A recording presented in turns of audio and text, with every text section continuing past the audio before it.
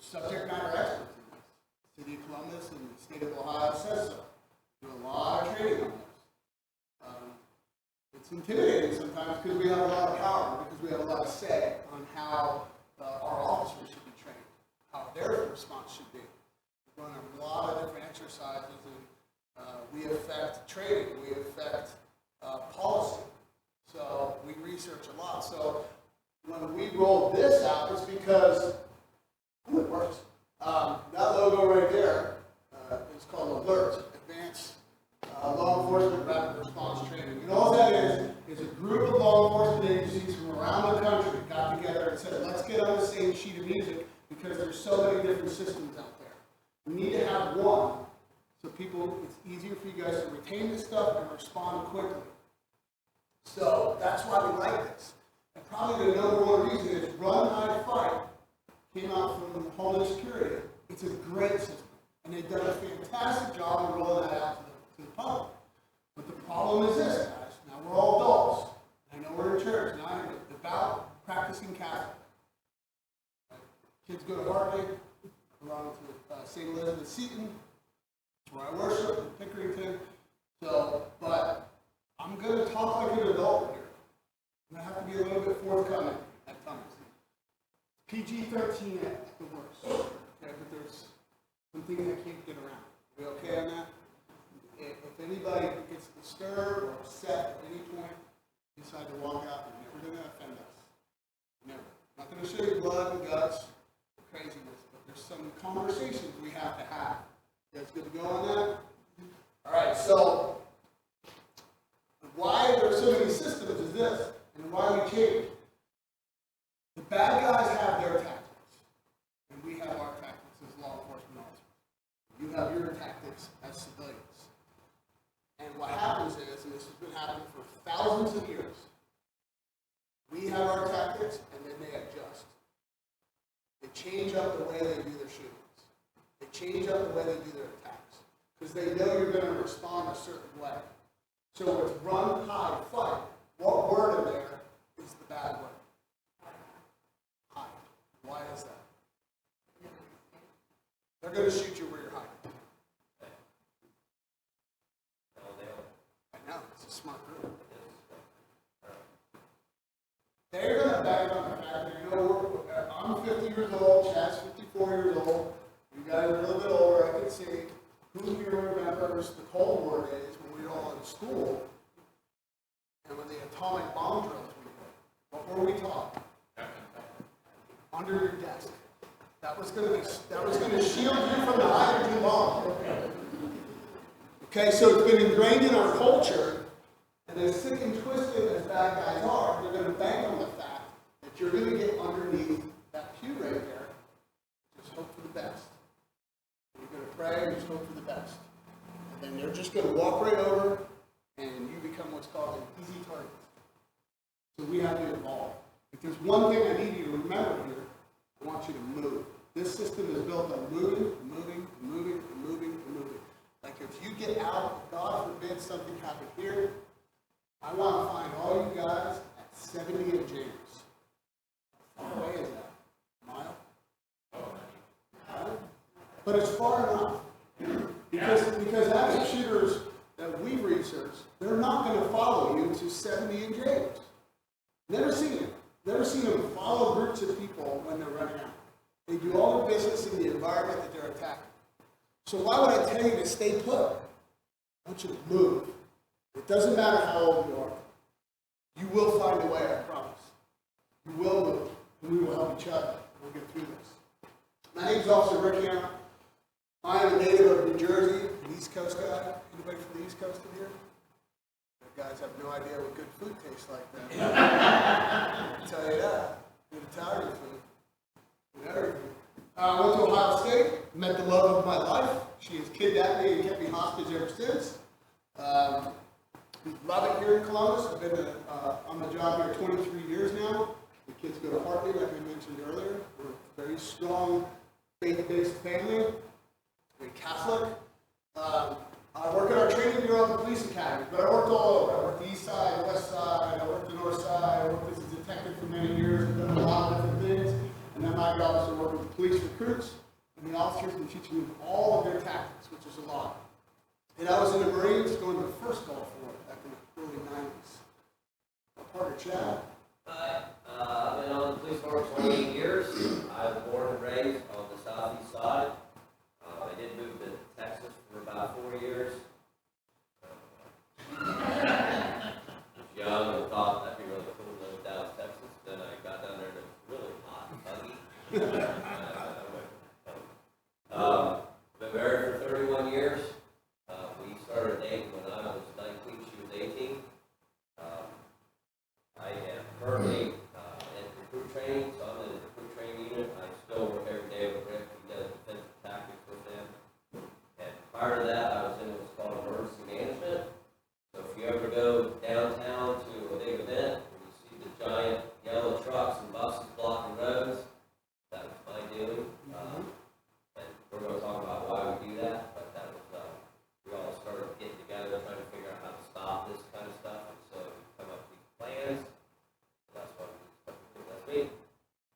All right, let's jump right into it, guys. Computer science in my class. Remember these words: avoid, deny, defend. If you hear what sounds like gunshots, don't hesitate or wait for others to act. And the stimulating effects of monetary policy are no longer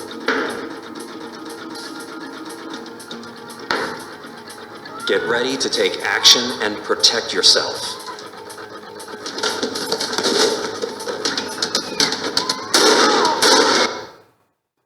That's a bad day, right? It's a very bad day. God forbid something like that happens. Chad and I have been doing this training for about 5 years now, and we used to do more research about monthly. You know, a new event would happen, Chad and I would dissect it, try to find a trend or a tendency that we can help you guys out with. Nowadays, I'd say, mostly in the last 2 years, this is an everyday thing now in our country. This is every other day. I can't keep up with it.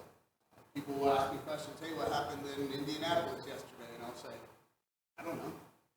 Can't keep up with it anymore.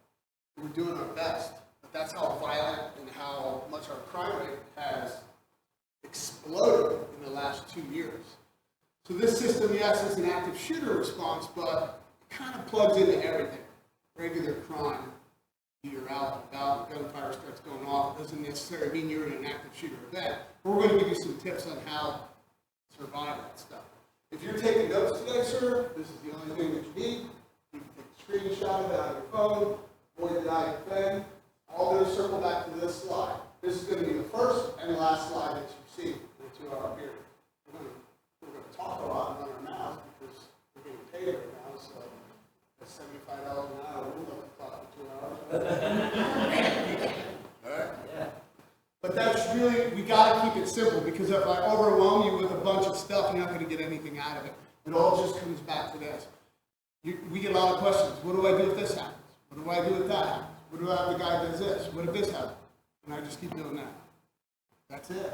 You have 3 options. You're either going to avoid, deny, or defend. Now I'm going to break it down for you guys. Here's our overview. We're going to be here 2 hours. I'm going to do the first hour. We'll take a quick little break, and then Chad's going to jump in and do the second hour. I'm going to go over that system, avoid, deny, defend. I'm going to go over some active shooter events that's happened all over the globe. We learn, just like I said earlier, we learn. They have their tactics, we have ours. We continue to evolve. I'm going to show you some things where people didn't respond the way we want them to. Never ever am I picking on people. Never ever am I faulting people. I don't want ever people to think I'm giving that kind of impression. Okay? We learn. We learn. People are frightened. They're terrified.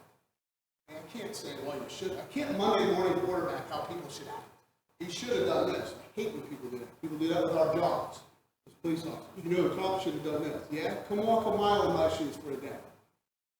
Right there. I don't tell you how to run your job. Don't tell me how to run mine. Okay? The bottom line is this. When you're frightened, when you're terrified, you know, it's difficult. But when he jumps in, he's going to give you a lot of tips on how to override that. Calm yourself down, focus, get through it. Human response responses to disaster. Chad's going to jump in there and talk about that. Physiologically, what happens to your body? This is easy, guys. Who here's been in a car accident before? Anybody ever been in a fire? Tornado, flood, hurricane? Everybody ever been stressed out so bad that you can't really function? Takes you a little bit while to calm down. All been there. So that's going to talk about those things. Because how you react to a fire, flood, tornado, crash, whatever it is, it's no different than an active shooter event. It's just the ability to get yourself calm down, focus, and execute the plan. We're going to look at some case studies. The case studies that we look at are from the FBI. It's called an after-action report. I'll give you an example. The Parkland shooter down in Florida. That trial just happened last week. He was sentenced to life in prison. We expect an after-action report from the FBI probably next week. Okay, and it gets kicked out to us, and then we look at everything. The fine details of the entire investigation. Not what Fox News says, not what CNN says. It's what they say. That's truth. Media is spun one way or the other. Be very, very cautious on listening to that, especially national media. Listen to subject matter experts. That's where you're going to get the right information. So, I'm going to ask you guys right now, because I'm not going to talk at you. Pastor asked they were asking how we're going to film this today. And I said, don't film me, because I'm going to move around the room a lot. Better film the screen. We're going to interact. God forbid something happened right here, right now. We're in the church. And we hear gunfire outside the doors. You hear it from outside the doors. Maybe it's making its way in. And it's distinct, automatic gunfire. We're all sitting right here. What are you guys going to hear at that moment? We're hearing the gunfire from over there. Okay. Going out that door. Is there exits back here?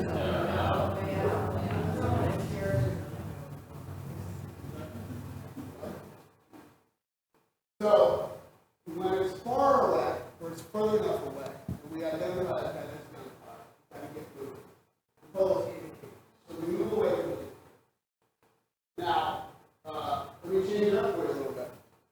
Let's say he made it into the doors. Where's the front door? Okay, right?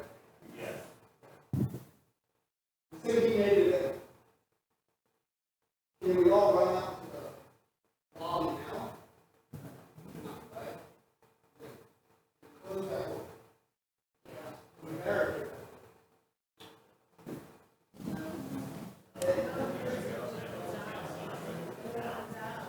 Open the hour.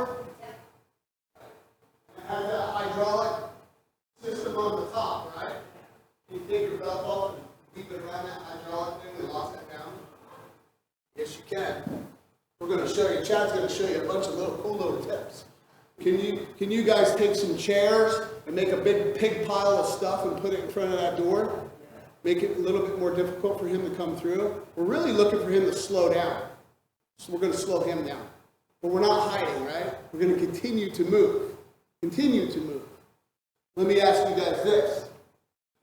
Let's say we're all sitting in here. He walks in.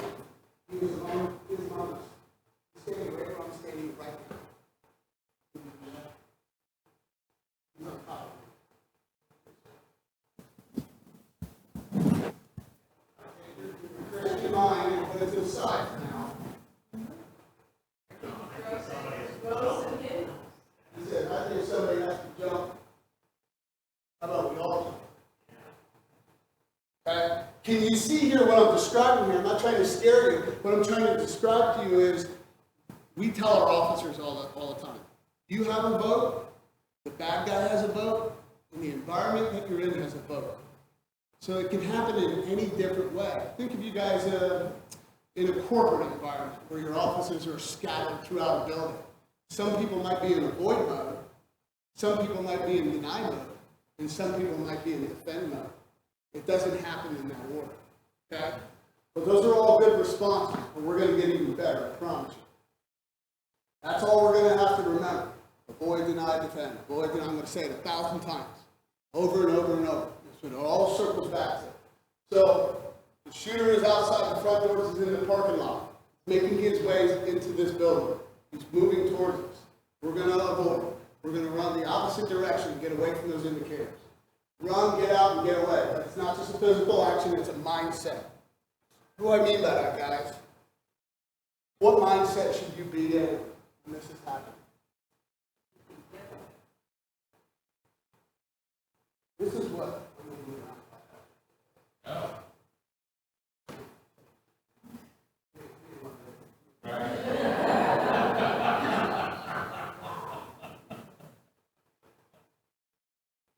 Kidney stones are still very dead.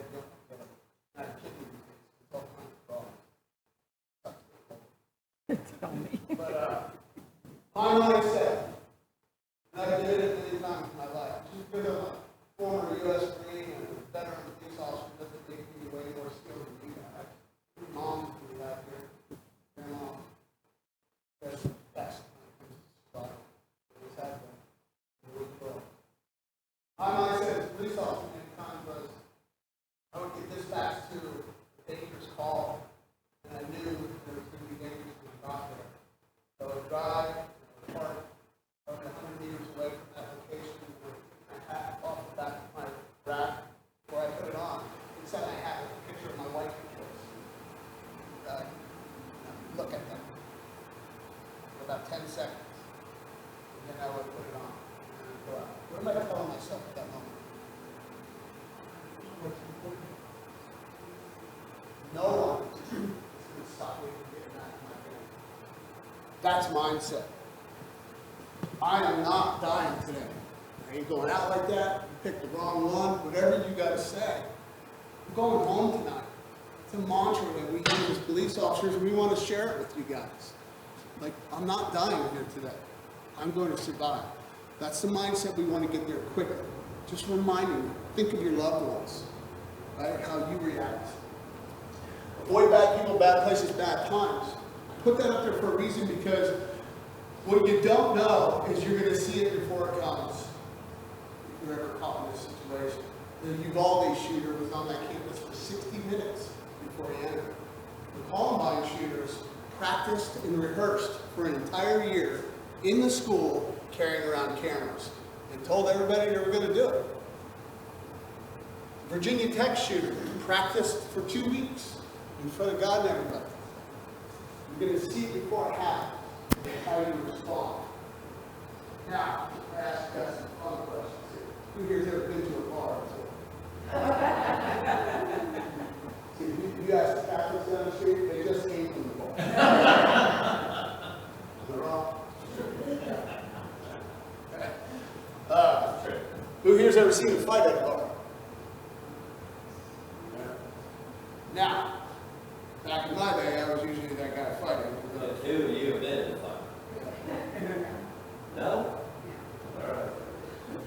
So, it's attractive, it's curiosity kills the cat kind of thing. A fight goes on, pushing and shoving, they start talking to each other, it gets very loud, it draws our attention. Most people will sit there and watch it. What do you think the kids today are doing when this is going on? They're filming it. They're filming it. Now, back in the day, we used to handle things with our fists. Nowadays, what are we seeing? I have no problem saying it, and I say it to their faces all the time. That generation that is in now, the younger generation, are a bunch of cowards. Very cowardly. Pulling guns out. You don't fight somebody, you don't fight. You don't pull guns out? It's cowardly. And it's dangerous and it's violent. And the problem with bullets is it shows no bias. So you're sitting there filming it, and gunfire starts going off, and you're still in the environment.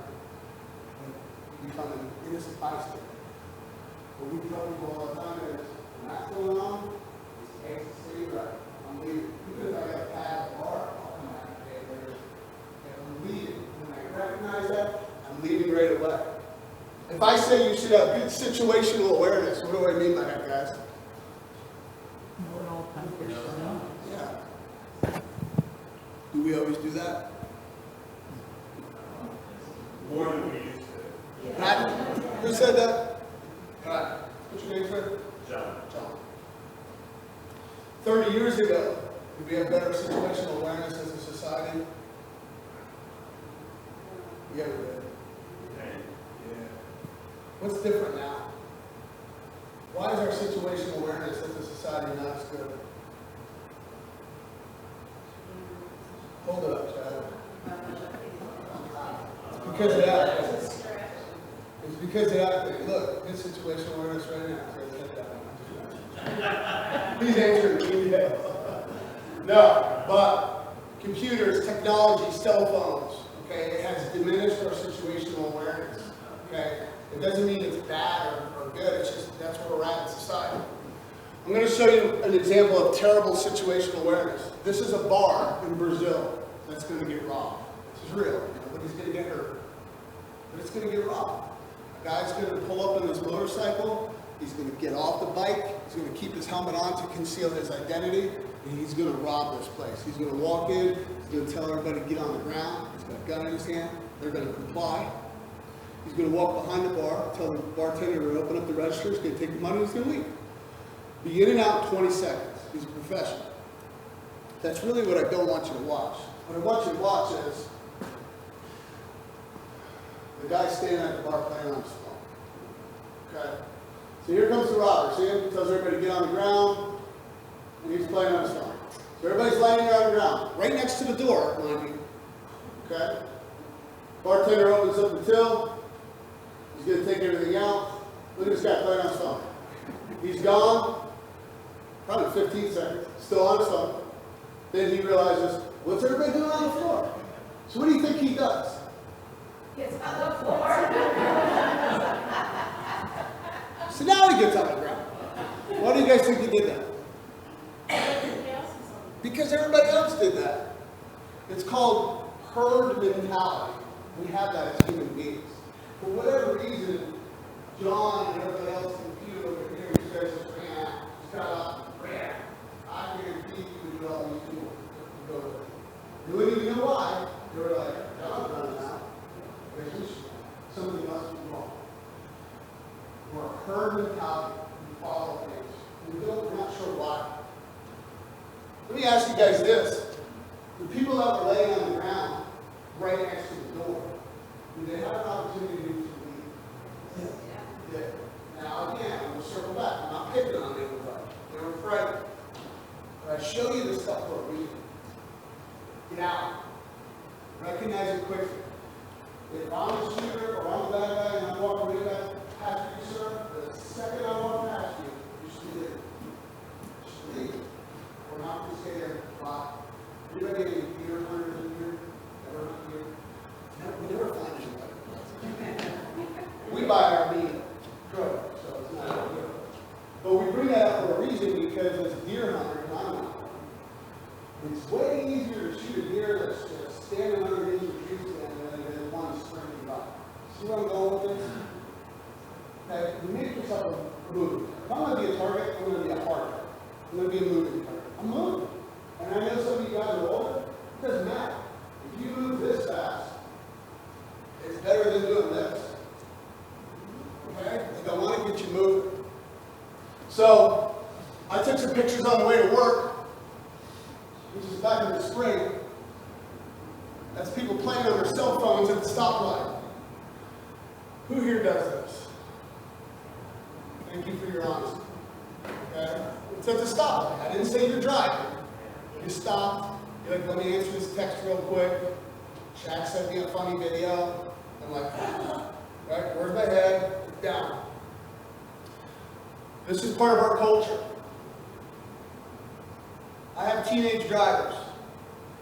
I have an 18-year-old and a 16-year-old at home. I hold my breath every single time they leave my driveway. Got to be looking ahead. I'm not here to teach you about traffic. I use it as an example. Are you paying attention? Are you looking in front of you, behind you, left and right? Are you checking everything out before you move?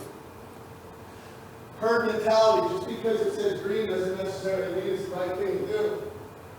I'm just going to follow the herd. Oh, we have bad things like that happen. We do this with our kids. I did this with my kids. I put a cell phone in their hand. Does that mean I'm a bad parent? No, it's just a sign of the times. I was born in 1973, and I had, you know, all kinds of coloring books and all kinds of cool stuff to play with, and technology came about years later, and that's what we use with our kids. But it has diminished our situational awareness. If I say you should have good exit awareness, what do I mean by that? Do we always do that? Movie theaters. Movie theaters? I feel like ever since those fires, that's the thing I was sick out of, like, yes. Yeah. I think movie theaters definitely grab our attention. Fires. Yeah. Yeah. But if you're one of those people that draws a sketch of the place, everywhere you like, you walk into Bob Evans and you start drawing, you like you're a psycho. Okay? Calm down. Calm down, okay? What I'm asking you to do, though, is I want you to get into a good habit of just picking up one extra exit everywhere we go. I call it my what if exit, right? So I walked into Bob Evans. I always remember, whatever, like here, it's the first time I've ever been to this church. I remember the door I walked into. I had to run out of here right now. I remember that door. Okay? But when I walk into a new environment, I always look for something.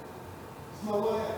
It doesn't have to be an active shooter. It's like, what if the sprinkler system goes off and we're all getting rained on? Like, I need to tag it.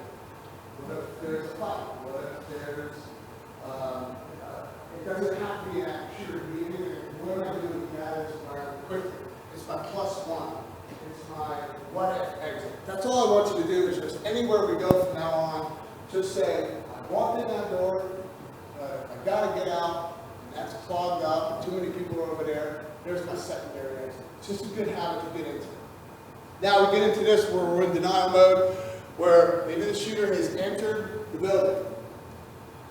And jumping out into the lobby right there is probably not the best option because that's where he's at. So, but I want to slow him down. Again, like think of a school or a corporate environment. We can use this environment, but I'm trying to change the scenery for you. Like moving out into that hallway, like, whoop, he's out there, and I want to run him there. Okay, but I'm not trapped, okay? I'm going to barricade those rooms. This is not hiding, guys. We're not hiding. We're not. We're moving. Does anybody remember the New Zealand shooting that happened about 5 years ago? Was that a mosque? What do we remember about that?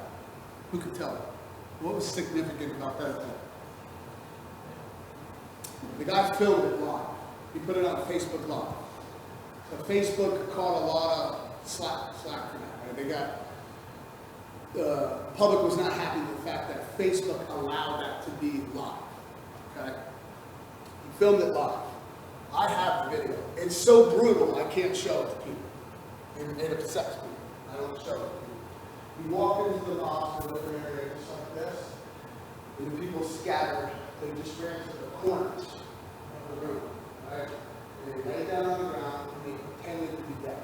So there's a lot of them fire out. So when they thought they were not going to, I was laying around pretending to be dead. And he just walked around. Laying on the floor.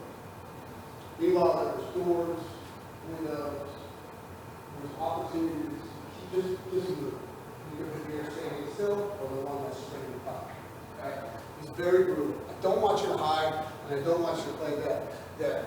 Create a physical barrier. If you just got to put tables, chairs, anything you can, lock the door, create that physical barrier, cut the lights off, lock the doors, get out of sight. And what I mean by out of sight is that door over there.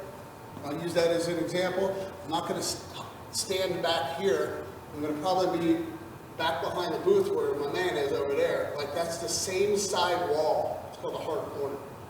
They look in, the lights are off, you don't see anything, door's locked, they move on. In the 500 cases that Chad and I have researched, we have yet to find where an active shooter kicked the door. 500. I could be wrong. We look at them all the time, right, Chad? But I still haven't found one where they're sitting there, kicking the door in, taking all this time to do this. Why do you think they don't do that? It's too much work, it takes too much time. They're on the clock. They're not there that long. I've never seen an incident where they spend 15, 20 minutes in the environment. They're like done in 5. So they're going to move very quickly. Okay? Cover and concealment, know the difference between the two. Specifically for open air environments. You're in the parking lot, out on the street. gunfire starts going off, and you gotta get behind something. Cover is getting behind something that stops bullets. Give me an example. Car, the engine block of the car, the front of the car. Big giant oak tree outside. Another building. That kind of stuff stops bullets. Hiding behind the bushes out front, breaking up your physical profile, that's concealment. Know the difference between the two. As officers, I always was in a very good habit that when I would approach a house, I would pick up points of cover. Chad and I teach the police recruits this all the time. Pick up points of cover. I would say car, oak tree, house, and then I would be my person there front porch. But I'm always thinking, if something happens, I know what to get behind. Barricade access points, we talked about that. Consider secondary exits, we talked about that. But consider secondary exits, Chad's going to jump into that a little bit more, but is that a secondary exit? That window? Yes. Yes, it is. Yes, it is. If I barricade those doors over there, right, and I want to keep moving, that's my way out. I want to keep moving. Okay, he's going to teach you how to break glass. We're not going to do it for real. Not here. But we're going to talk about that. Kicking in drywall. Can you kick through drywall to get to another room? You can. Can you move up through a drop ceiling and go to the other side of the room? You can. I don't want you to ever feel like you're trapped. I want you to keep moving. Now we get to this part, defend. I am amongst you. I'm the shooter standing right here. We're in a very bad situation, very bad spot. You have the right to defend yourself. I get this question a lot. People will ask me, what if I harm the active shooter? What if I kill the active shooter? Am I going to get prosecuted? Going to get arrested? No. I know why. Stand your ground law, the castle doctrine, you're allowed to do it. You're allowed to defend yourself, and you're allowed to defend an innocent third party. Okay? Don't ever feel like you're going to be prosecuted for harming an active shooter. Do not fight fairly. What does that mean? Don't figure that the shooter would be fighting fairly either. He's not fighting fairly. Weapons of opportunity. Keys. You need your hands on, right? He's got a gun. I'm going to try to equalize that situation. Speed, surprise, and violence of action. Like if I know he's moving around this building and I feel like he's coming through that door, I'm going to be standing close to the door. So when he comes through, I can get on top of him quick. I don't want to address him from all the way back here. Swarming the suspect.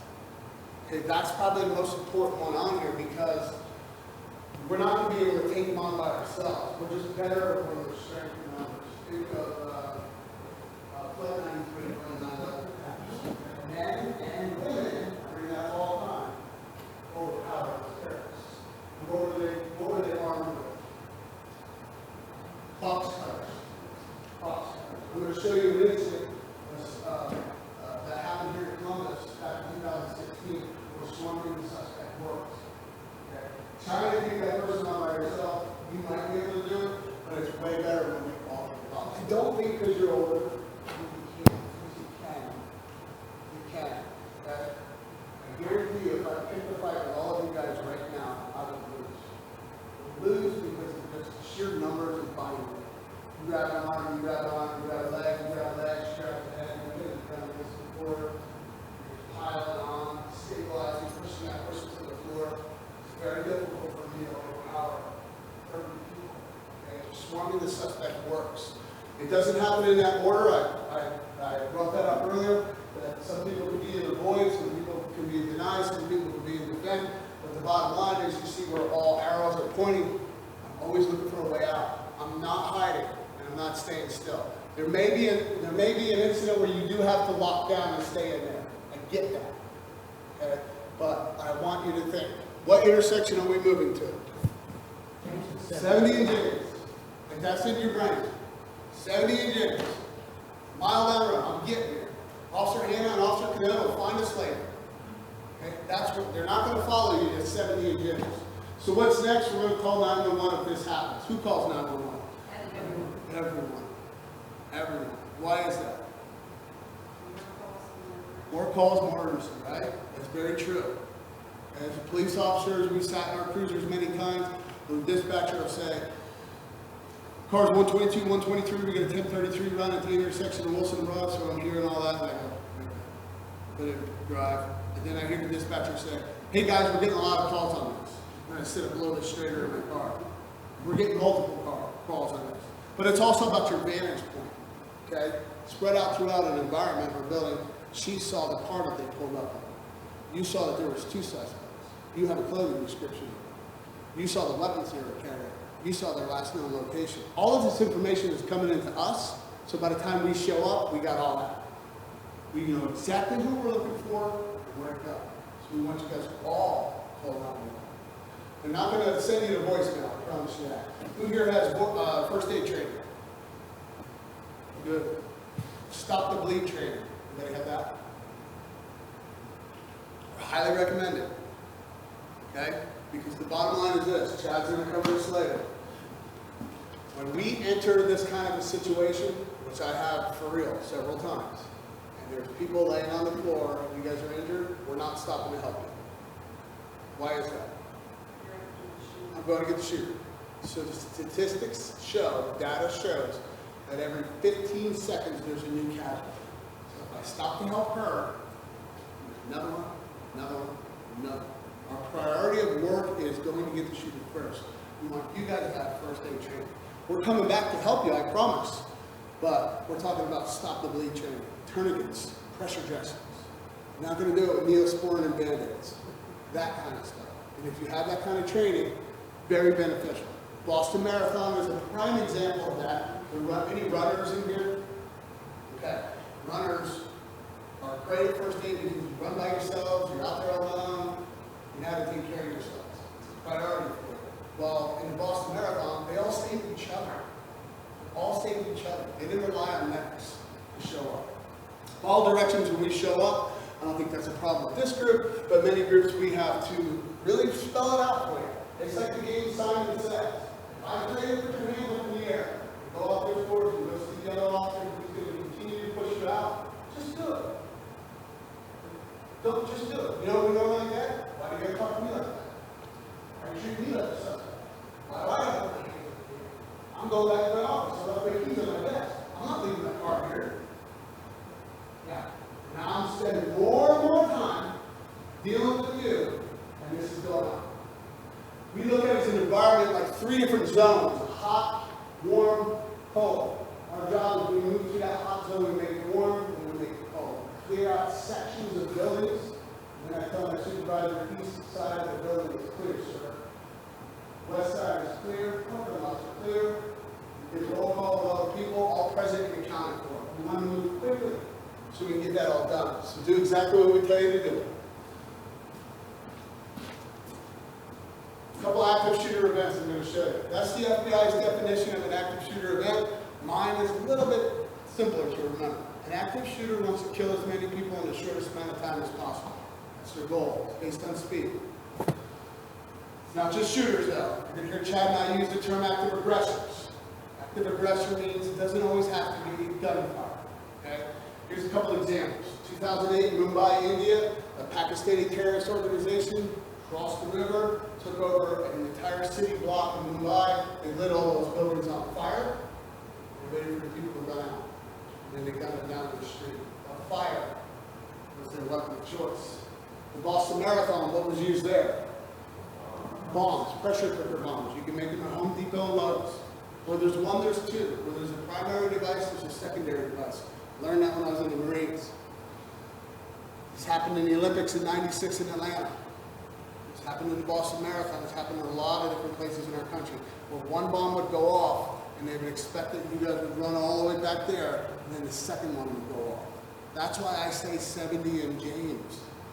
So we're pushing far out. I want you to get way out of the environment, okay? There's the incident I referenced earlier about swarming the suspect. This is here in Columbus, Ohio in 2016, the Nazareth restaurant. Anybody remember this incident? Okay. So what happens here is they serve great Mediterranean food there. It's on North Hamilton Road, if you know where it's at. So hostess is working at the front counter there, Gentleman walks in and he says, she says, hey, you know, welcome to the Nazareth restaurant, you know, like, get you a table. And he just stares her down, staring at her. And then he says, where are you from? She said, I'm from Israel. He goes, oh, well, I'll be right back. He leaves. Kind of creepy, isn't it? Jewish people know anti-Semitic behavior looks like a mile away. So she tells her boss, and the boss says, we'll keep an eye out for it. 30 minutes later, he comes back, he had a machete in one hand, butcher knife in the other. He's going after her. Right? So he goes to attack her. Meanwhile, the entire restaurant is full of patrons. They all got up. Tables, chairs, forks, knives, anything they can get their hands on, and they beat that guy all the way out the door. Closed the door, barricaded it, shut the lights off, called 911, and we got him down the street. What mode are they in? Avoid, deny, or defend. See how it doesn't happen in a certain order? See how swarming the suspect does work. Okay? Knee sprints, Chad mentioned this one earlier, this is the reason why we block off intersections. That's 86 dead bodies laying in the street. What was the weapon that was used there? Truck. You see it in the backdrop right there. All right. 35 miles per hour was the top speed that was used there. So we're seeing this more and more. We saw this in Wisconsin last year during the holidays. We saw it in South Carolina during the 4th of July parade about 4 or 5 years ago. We had to train all of our officers on how to combat this. We call it vehicle attack system. It doesn't help when city council continues to take all of our weapons away from us. It makes our job harder and harder. But we trained all of our officers. Basically, we tell our guys, you're going to have to climb up into the truck and shoot at a downward angle so you don't shoot anybody else. And our guys were like, you want us to get that close? And we're like, yep. That's what you get paid for. And our guys were like, no problem, we'll do it. Okay? Very difficult, but we had trained this. Now, in that 21-year period, how many active aggressor events occurred from 2000 to 2021 here in the United States? Give me some guesses. How many do you think we've had? 400. Who said 400? 2,000. 5. One of these days, we're gonna have to give out that $10,000 check we got for the rally. Yes. It's pretty close. 464, sir. Good job. You see where they're all happening at? It's all over. How come nothing's happening in Montana? They can defend themselves. You hear that a lot of Second Amendment people, a lot of people aren't there, it's more rural, so that's their lifestyle, right? It's population density, guys. That's what it just comes down to. You can see where people live and where they don't. Okay, how come nothing's happening in Hawaii? A bunch of people live there. They're all laid back. Yeah, they're all laid back. It's high and happy. They're having a good time out here in Hawaii. Okay? But you can see us in Columbus, all food groups are represented with us. We're the 14th largest city in the country right now. So we're getting our fair share of this stuff. More trivia, guys. Where's most of this stuff happening? School, commerce, outdoor, or other. Other would be military bases or churches. Okay, where do you think most of this stuff happens at? Outdoors? Anybody else? Schools?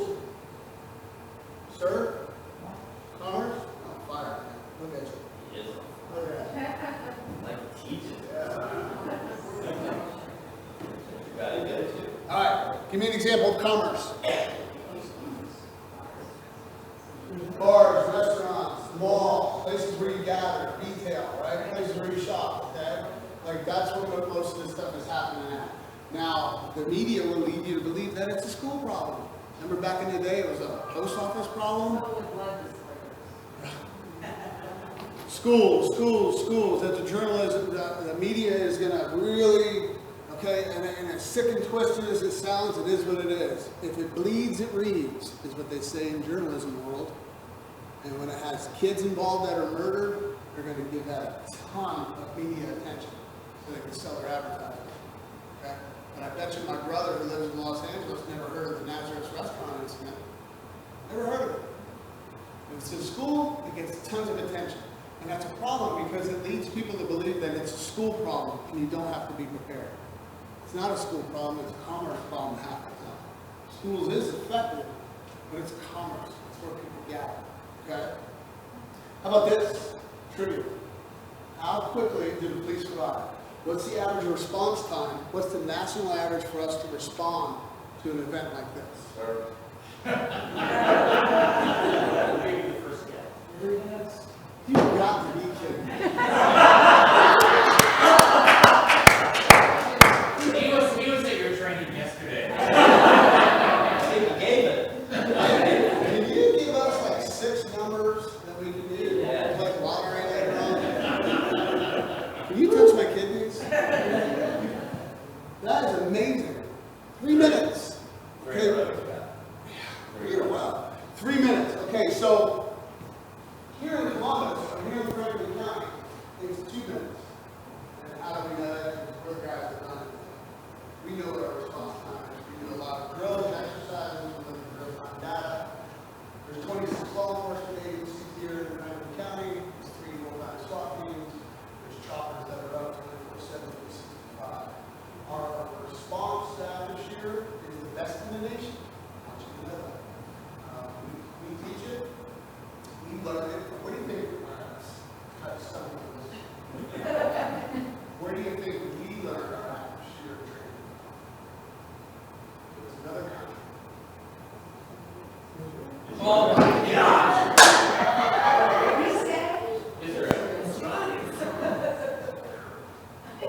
Israel. Started to get a little scared. It is a little weird. We got from the Israelis. We hired them to come here and train us.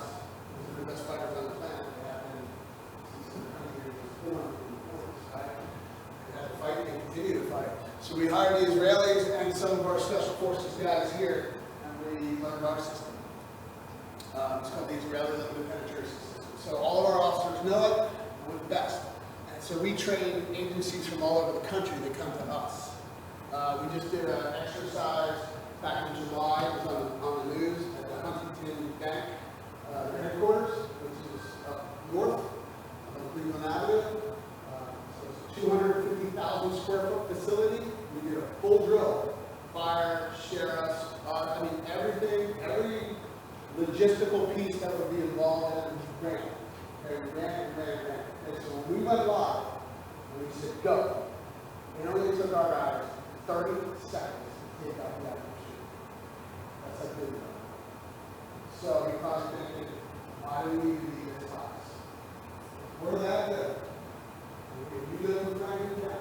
There's no reason to even worry, is there? Here's the problem. Right there. 55% of the time it's over before we show up. So we could be the Navy SEALs, but it doesn't matter. Who's the first responder, me or you? I know. I know.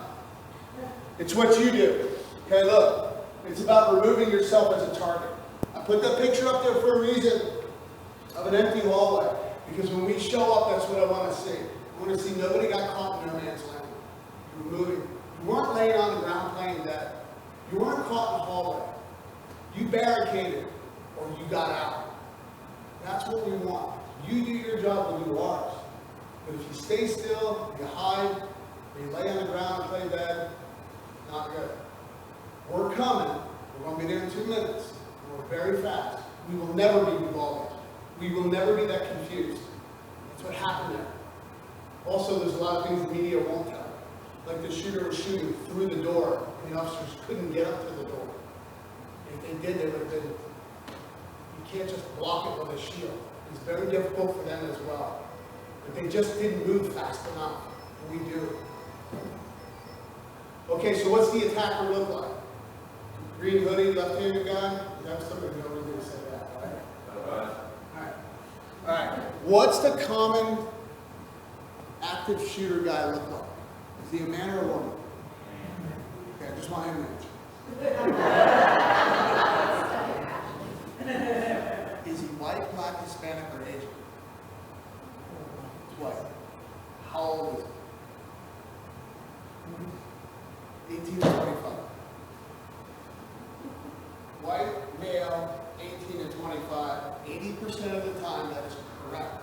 And there's that 20% out there. Okay? Contrary to what people might say, here as police officers, we don't profile. We'd be silly and stupid if we just look for one type of person.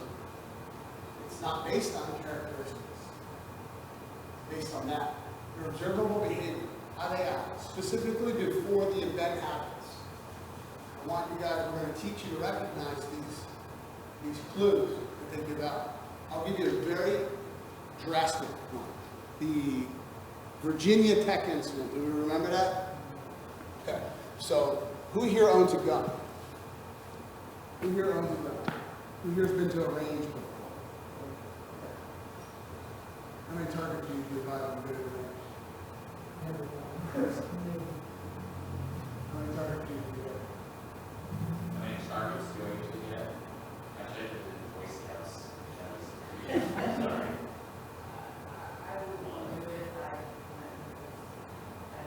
Most people get like 2 or 3 tosses.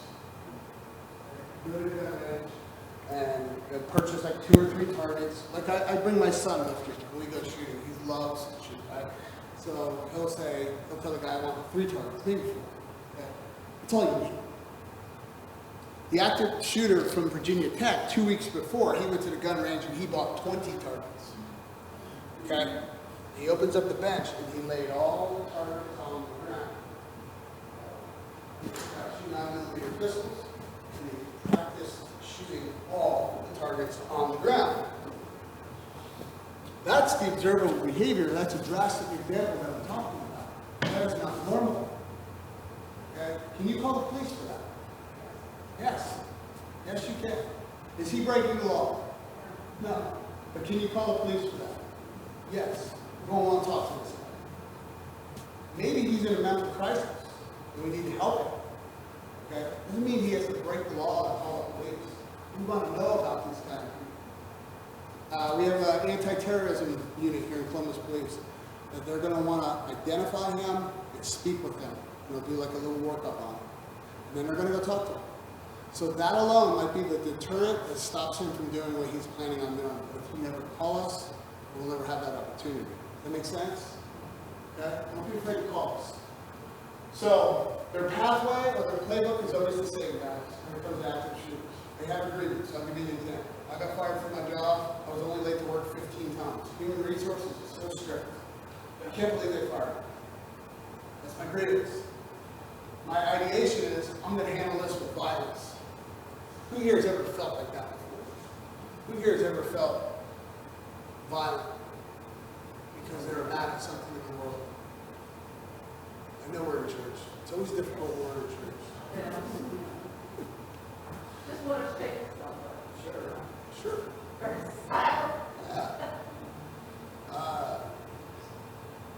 Wednesday on my way to work, I felt that way. Somebody cut me off in the downtown split, 6 o'clock in the morning, almost ran me into the divider. So what did I do? I sped up, got alongside him, rolled my windows down, started yelling at him.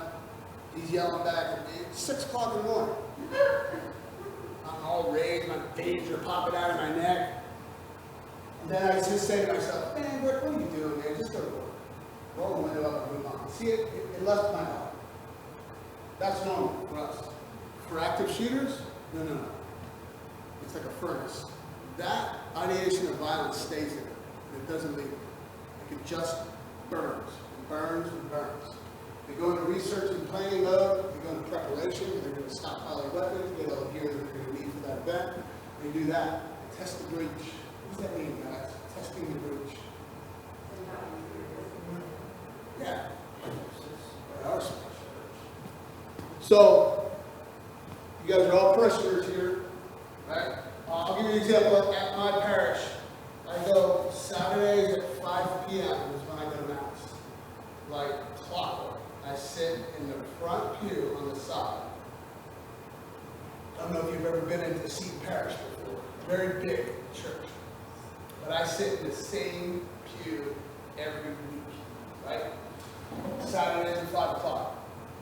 So I know everybody that walks in there. There's a lot of Christians, several hundred, right? But I recognize everybody. But every once in a while, I'll see somebody walking and I'll be like, who's that? And it gets my attention. And it doesn't mean I'm looking for active shooters. It's just, it gets my attention. It's kind of like I know who belongs and who doesn't. I also know I'm in a church environment where we welcome people to worship with us. Very welcome. But it always gets my attention.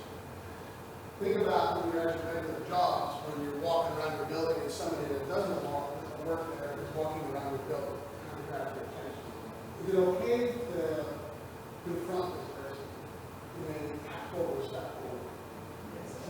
Can I help you, sir? Check in front of glass, sign in. What are you looking for? This, that, and other. And then they have all the wrong answers. Red flags should go on. Okay? I do that at church a lot. I'm always armed at church, but I always look at people differently now. I'm not looking at them like the shooters, but it's always like, what are people up to? Are they testing the breach? The Uvalde shooter knew that the back door of that building was going to be open at noon, because he knew that the custodians got their deliveries at that time. When I was a robbery detective for 8 years, I would always go to a crime scene and I would hit their surveillance footage and I would rewind for about 3 weeks. And the guy would say to me, hey, we got robbed last night. What are you looking for?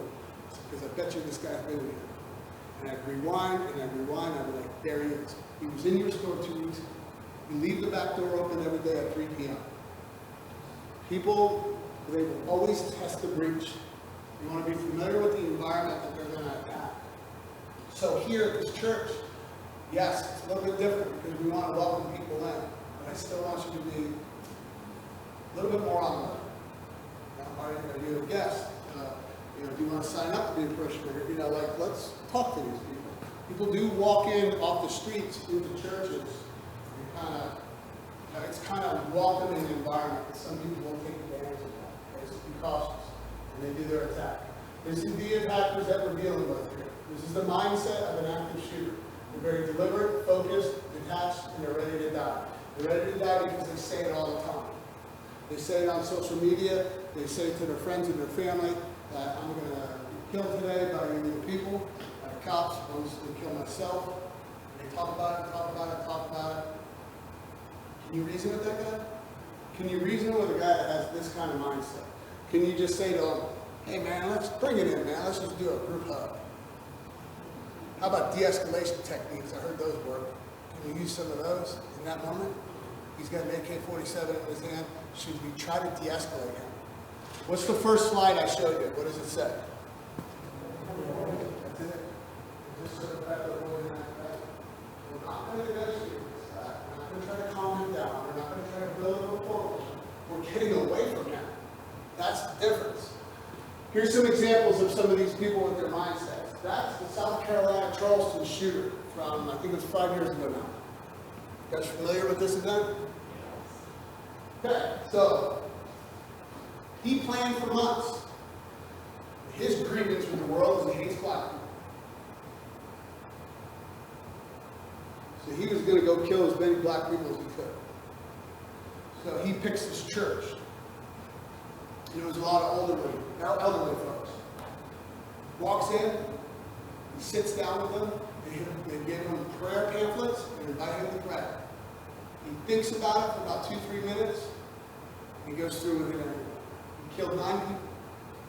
That's him. A month before, on social media, rebel flag, 50 caliber Desert Eagle handgun, and pushing daisies. And he went on Facebook over and over and over and talked about it. Nobody said a word. Nobody wants to offend anybody anymore. Nobody said a word. That's the stuff. Can you call us for that? Can you call the police and say, I saw a disturbing post. I know who this gentleman is. He lives down the street from me. We want to know about this stuff. Call us. We'll sort out what's relevant and what is not. I want you to never think that you can't call us because you can. That's the Parkland shooter who just finished his trial last week. That's him saying, I want to form my own ISIS cell in Florida. He's recruiting people. 1 year prior, he went to that high school. He's a 19-year-old kid, so he was a soccer player at that school. Normal, red-blooded American kid, but then he starts acting like this, with the stuff on the bottom. Can you call the police for that? You want to know about it. This is why I use traffic as an example, because you can see it before it's coming. Okay? Let's take a 5-minute break, and then we'll have Chad finish up. Thanks, guys. Does anybody watch baseball? I'm a baseball guy, so Rick's the starter. He's the starting pitcher. I'm the closer. I'm the closer. He got us a 1-0 lead. I come in, I hold the lead. All right. So let's talk about disaster response. So what disaster response in this is I'm going to show you how human beings react, or how your mind reacts to any emergency, not just active shooter. Okay, you will react the same way, regardless of what it is, whether it's a hurricane or fire. And here's the best part: we do too. Okay, we react the same way too. But we're human beings too. The difference is we train more than you, and it allows us to move through that response a lot quicker than you do. But now you're getting your training; you're going to do better too. So this is Amanda Ripley. She is an investigative reporter for the New York Times. And she started trying to figure out why we react the way we do. And she wrote this book. It's called The Unthinkable. It's a fantastic book. We've read this book several times. So she came up with these 3 stages of disaster response. It's denial, deliberation, and decisive moment. These are the 3 stages that all human beings go through during these emergencies. Okay? So, the first one she did was denial. And part of denial is this thing called normalcy bias. I normally ask in my crowds, who knows what a Rolodex is? I think everybody in here. We're all around the same age, right? But when I get some young people and they look at me like I'm an idiot, then I have to tell them it's not an app in your phone, right? It's that thing on your desk we put contacts in, right? Well, your brain has a Rolodex when you're born. And what we do with that is as we see things, touch things, hear things, we're sticking cards in that Rolodex to give us something to go back to. So if I said to you right now, you hear pop, pop, pop out in the parking lot, what do you think your card is? You reach back in the Rolodex and say it is. Backfire. Backfire or fireworks, I hear a lot. Now here's the best on that. Cars haven't backfired since 1982. What are you driving? But that's a good one though, right? That is true. Because what that point of that is we reach back in that card to find something in there that makes it normal for us. Because we don't want to realize that that's gunshot. Nobody wants to hear gunshots nearby, right? We want it to be normal. So we reach in there and find that fireworks or that car backfiring, because now our brain can say, that's just fireworks, so you're good to go. We're normal. That's what we look for. But really, we know that that's gunfire. We know deep down in our heart of hearts that gunfire. But what's that creating is peer pressure. Not peer pressure like bullying peer pressure. The example of peer pressure I use is this. In Columbine High School, everybody remember Columbine? Right? It's one of the first most renowned shootings that people started realizing that went on. Believe it or not, there were actually active shooters before Columbine, but that one was really what kind of set that tone, and it continued on from there. So they interviewed one of the survivors in there, one of the kids in there. Most of the shooting occurred in the library. When they interviewed him, he said, I knew I needed to get out there and run, but when I climbed out from underneath one of the tables, I looked back and all my friends were still on the table, so I climbed back in there with them. That's that peer pressure it creates, because they want to be normal, right? And they look at that as, if my friends are doing this, I want to be like them, so I'm going to climb back underneath that table. And that creates that poor risk assessment, okay? And this is the start of this where we need to start working through this quickly. We got to realize that's not where I would need to be. I need to assess that a little better and move forward, okay? So now we move to deliberation. This is where we start to decide what we're going to do, okay? We use this heart rate chart, the stress response, and again we go back to traffic because everybody understands traffic, everybody drives, right? So 60 beats per minute, we're kind of sitting there right now, right? This is where we're comfortable, we're no stress, we're all relaxed. Maybe sitting at home watching the game, that might not be for you. Right? But highway hypnosis is what we call it, because most of the time you drive the same way here, right? From home, same roads, same turns, same off ramps, everything. We're comfortable. That's highway hypnosis, about 60 beats per minute. But let's say we're driving to work and we're driving that same way. We look up and we see those brake lights up ahead of us. And And that causes a little bit of stress, because now we know, oh no, I'm going to be in traffic today, right? That heart rate goes up about 90 beats per minute. We're still good. Everybody can function 90 beats per minute, right? But the heart rate's starting to go up. It's creating stress. Next thing you know, it's on top of this before we know it. We're slamming on our brakes. Heart rate spikes up to about 120. We're in the red. We can still function in that, okay? But we're getting up there. So we're starting to lose the functionality of some things. This is where we never want to be, okay? We never want to be in the gray. We 100% don't want to be there. Right? Anybody heard going into the black? Tell me about it. As a runner, Okay, there you go. several times I've been there. Okay, what happened to you? You feel like your heart is going to Sure, it's great. That's a great example. That's a great example, right? We start to lose auditory function, tunnel vision down. We even start to lose fine motor skills. Right? A lot of times you'll see a runner, literally just their body won't function anymore. They just can't. Their mind is telling them the finish line's only a mile away and I got to get there. The body just shuts off. Okay, sort of like that. We can't be there. Okay, because then what we do is we freeze, and then now we're not moving like Rick told you we need you to do. Next thing you know, we're tucked underneath a chair or a table because we're not functioning right. Okay, so I'm going to show you a video. Just happened to be in a church. This is West Texas, okay? Anybody been to Texas before? Very hot, isn't it? Even in the winter, it's hot. Okay, so on this day, that's just your shooter right there, okay? Unfortunately, in today's day and age, I don't know if you have armed security here during your trip, but a lot of churches do, especially bigger ones. Rick and I go all the time, we train them. There's just all your armed security back there because, much like Rick was just talking about, right? Something's not right to them with him that day. And I say that day because they know he's a homeless guy who lives around the area there. They've worshiped with him before, they've fed him, they've clothed him, they've helped him, so they know who he is. So on this day, something's not right. That's why they're watching. Because he came into Texas church wearing BDUs much like I have on, big heavy sweatshirt, overcoat, wig, fake beard, and a toboggan cap.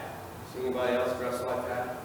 Right, so it's piquing their interest a little bit. On this day, when I play the video, and we're going to black it out, you're not going to see the shooting, you're going to see that. He's going to stand up and he's going to ask that gentleman right there where the bathroom is, and he's going to pull a gun out. He actually shoots and kills 2 people, and then the security team takes care of him. But what I really want you to watch is the crowd. I want you to watch the parishioners. You'll see a lot of them take off and run out immediately. That's what we want you to see you do. But I want you to specifically watch her. You're going to see a person go into black.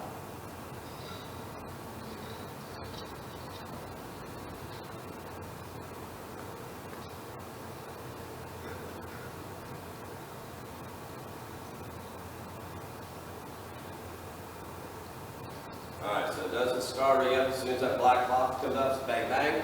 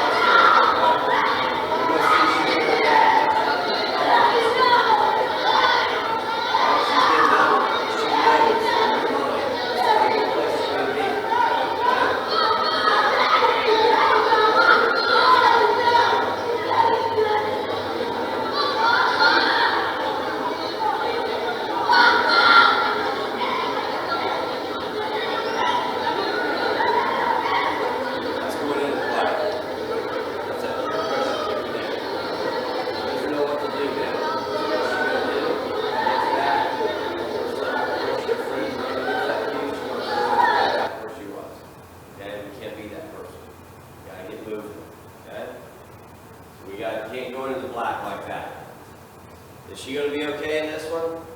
Yeah, probably. Right, the shooter's already taken down. Do we know if there's another one or not? We don't. Okay, so we got to move. Always looking to move.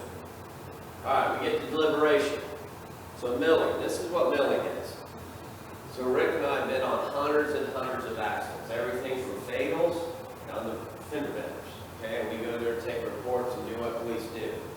So for us, those are second nature. Okay, but for you, that might be the most traumatic things ever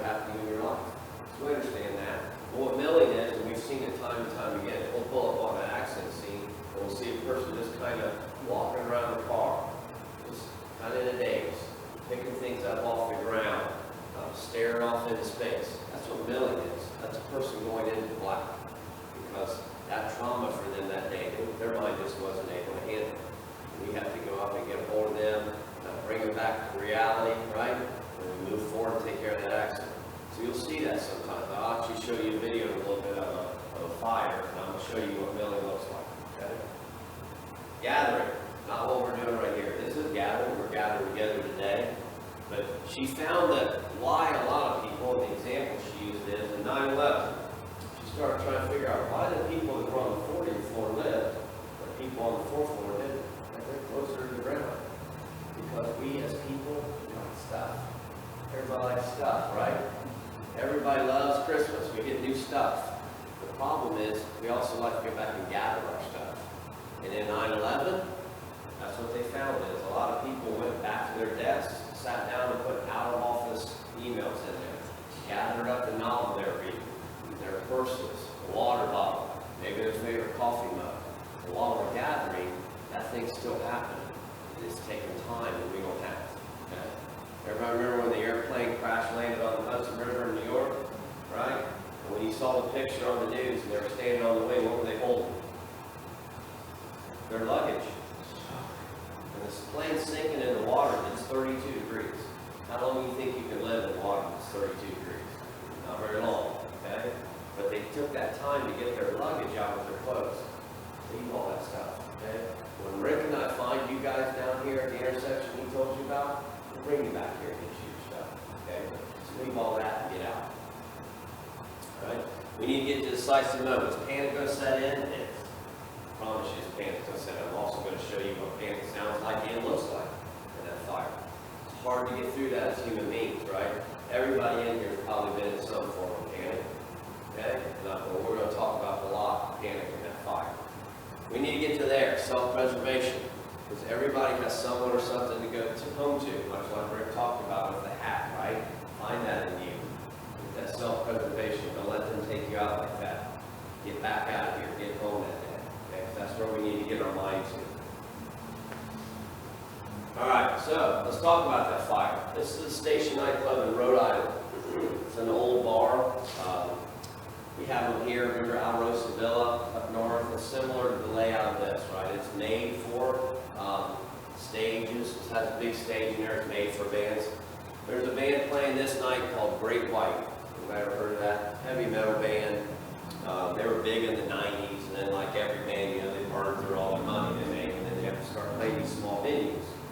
So on this night, this building was so old, it was grandfathered into the fire code, which means they didn't have to have fire sprinklers. Okay?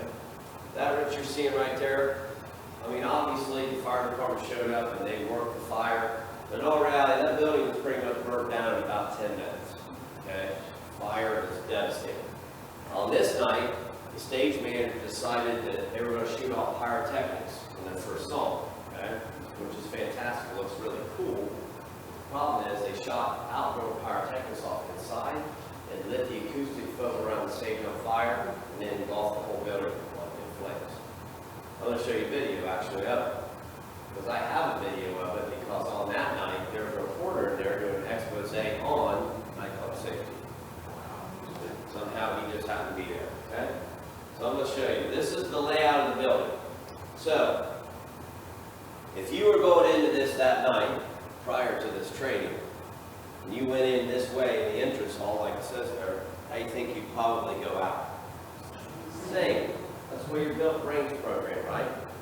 That's why you're taking this class. So we're going to teach you to find at least a second exit. Call it exit awareness, right? So there's always an exit where? Always one in the kitchen. Always, always, always. Know that. Because they take trash out through the kitchen, not through the front door. Okay? That's how they do things. So always know that. Always find that second exit. Usually one in a bar. This one right here was the stage exit. Believe it or not, there was a security guard there that wouldn't let anybody exit out that exit because it was band only. Now, that being said, about 30 seconds into the fire, that door was out of service anyway because the stage engulfs in flames immediately. So, while he wouldn't let anybody leave there, I don't think anybody really tried to get out that way because the whole stage was up on fire, okay? So, besides all those dots, where else do you see exits in there? Now, besides the dots, find something else that's an exit besides those dots I gave you. Windows, absolutely, absolutely. You can even see some back in the offices, right? So this is what we talk about being aware of our exits. When you walk into a restaurant or a store or a bar or someplace like that, start to find those exits other than the one you walked into, okay? So, I'm going to show you the video. Oh, there you're not. I don't know why the video is not on there.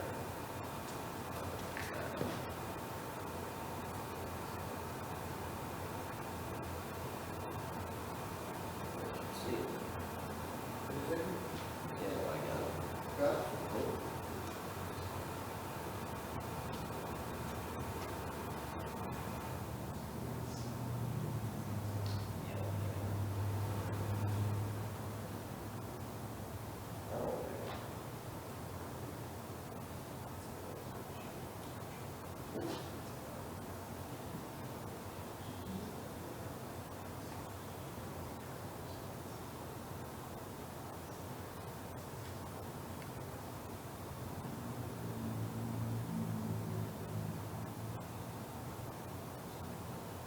Up there. Click over there, stop.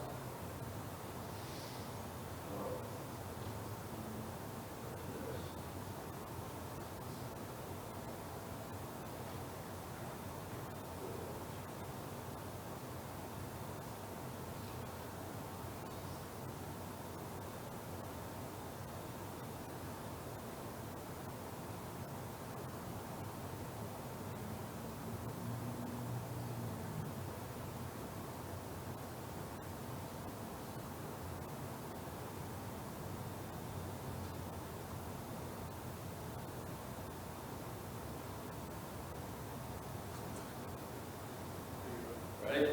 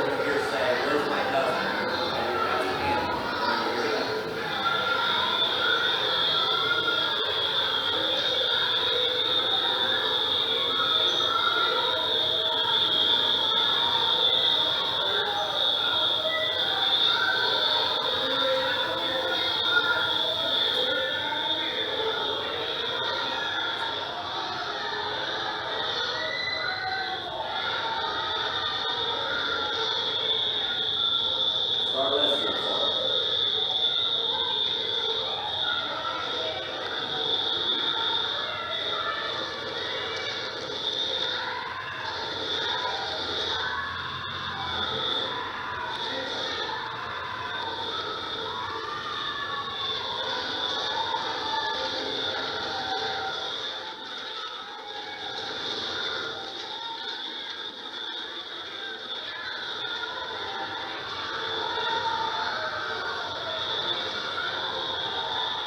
There's your front door. Now I want you to watch right here, the gentleman that comes over. That's Miller. See how he just walked up and kind of pulled the sign down? That's Miller, because his mind is shutting off. So he's just milling around. Did you see the doorway, how they're stacked up in there? That's called panic occurring, okay?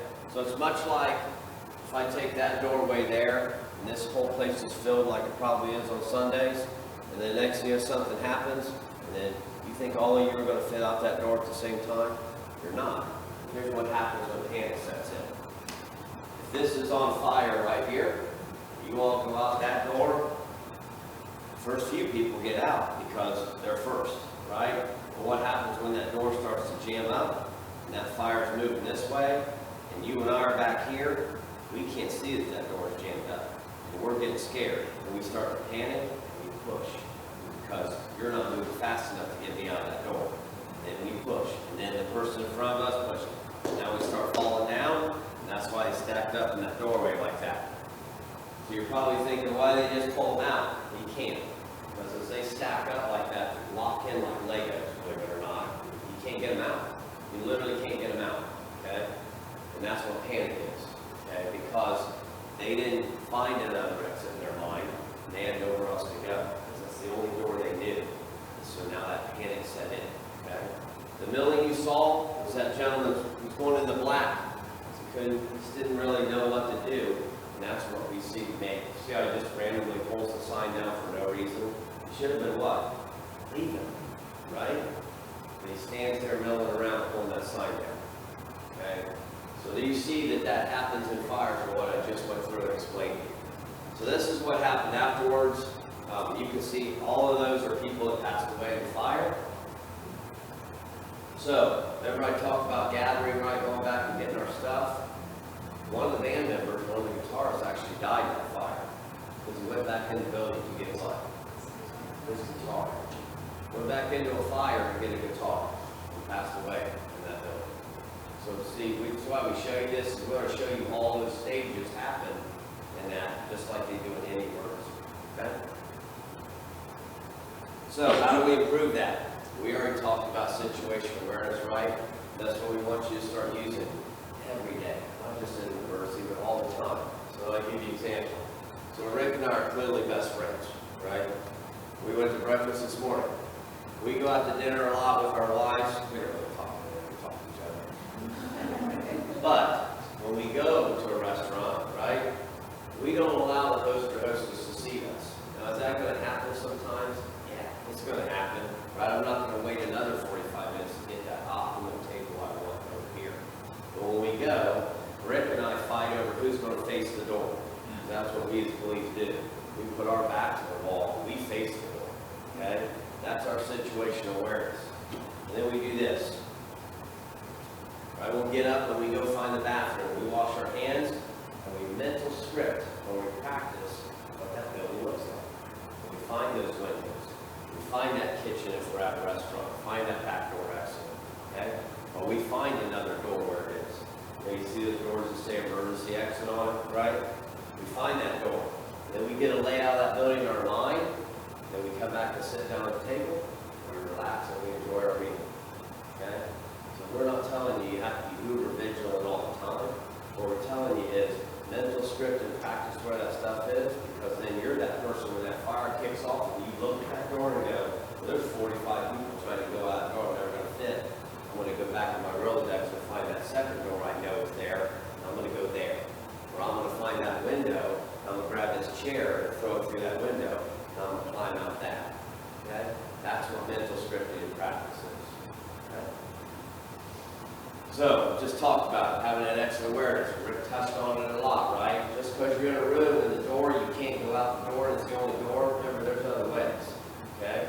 Offices have drop ceilings a lot of times. The only wall that goes all the way up is the firewall. Every other wall stops right at the top. So if we can push that, climb over that wall and drop down into that next office, maybe that's our exit, okay? We can kick through drywall. See it all the time in home improvement shows, right? They bust that drywall out. You can do it too. That gives us that exit to the other. So don't think just because there's one door that you're trapped in. Calm yourself. Sounds easy for me to stand up here and tell you, hey, just calm yourself during emergency, but we can do it. Here's how. We use what's called focused breathing, yoga breathing, tactical, whatever name you want to call it, right? It's the same thing. Navy fighter pilots use it all the time. Imagine trying to land a $40 billion jet on an aircraft carrier that's doing this, right? So they breathe in for 4 seconds, they hold their breath for 4 seconds, they breathe out for 4 seconds. Do that 3 or 4 or 5 times. Studies show your heart rate lowers 30 to 40 beats per minute. We get down into that yellow again, our mind starts to think more clearly, then we move forward, okay? And then we shift our emotions. Rick touched on that a lot. Whatever emotion you shift to, it gets your mind clear and gets you working, okay? We find that emotion. The emotion is, you're going to go home at night. Okay? That's the emotion they keep. Alright, let's look at some case studies. This is Seattle Pacific University. You can see right here, this is the library, that's a student there. There's actually one down here, there's another one right here. The shooter's out here in this area. He actually shoots and kills 2 people out there. He's got a double barrel shotgun. Then he comes in the library, right in here in this area. That's actually not him, he's back in here. It's John Meese. We're going to show you a little bit of heroism. We're going to show you a guy that went straight to defend. Shooter's going to come in here, there's no audio on that, so I'm going to start it so you can watch. Shooter's going to come in here and level the gun at this guy. Once again, much like the deer hunter theory, I'm going to tell you I want you to move. You're going to tell me you're insane. The guy pointing the gun right at me. But we're going to tell you that what we teach on a daily basis is action always beats reaction. Okay? Always. You're never going to be able to react as fast as someone acts. And here's the slap test we do. You ever play the game where you put your hands on someone right and you say, hit my hands, move your hands when I move, and you always win. Because they can't react fast enough. Because you know what you're going to do, but they don't.